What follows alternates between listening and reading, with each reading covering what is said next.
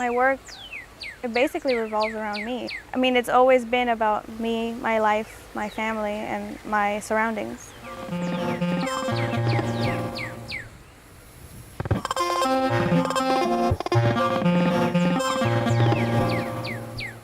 Since I live in Homestead, and it's such, it's a very rural area. It's starting to become a little more incorporated now, but especially where I live, it's pretty rural, and I have a lot of trees, and nature is constantly around me, and I feel that that is a big influence in my work.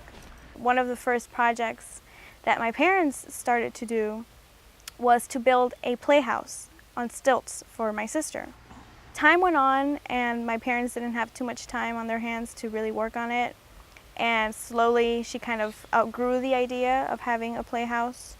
So the house stayed unfinished for, well, now 10 years, and it's been kind of rotting away, fighting the weather and the elements.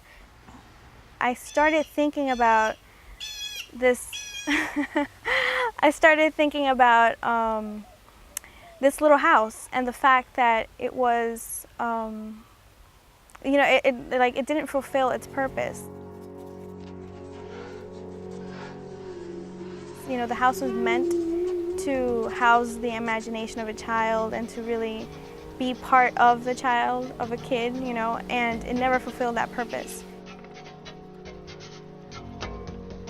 I wrote a short story about a house that one day came to life and just decided to leave its present location and existence in search of meaning and really trying to figure out, well, why do I exist? Why am I here?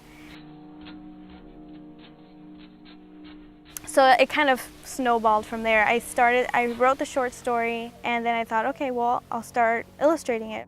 At first, I was thinking of doing a drawn animation, and then I started to work with stop motion animation.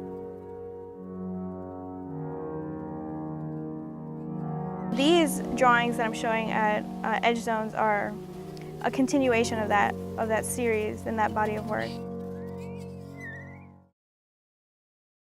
I think I got the response to the question, is it possible to create an art piece, an art project, an art speech, and a statement using a very old, very vintage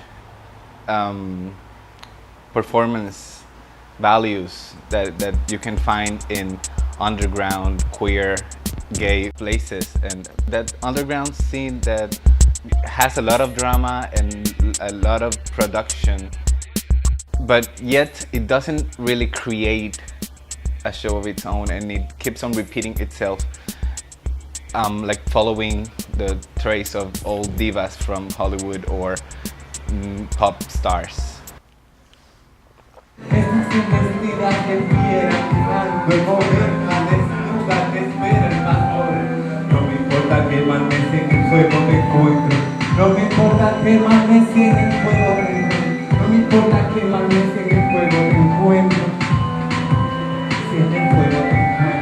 And Canegato is more or less like a pop star that is queer, it's only a storyteller.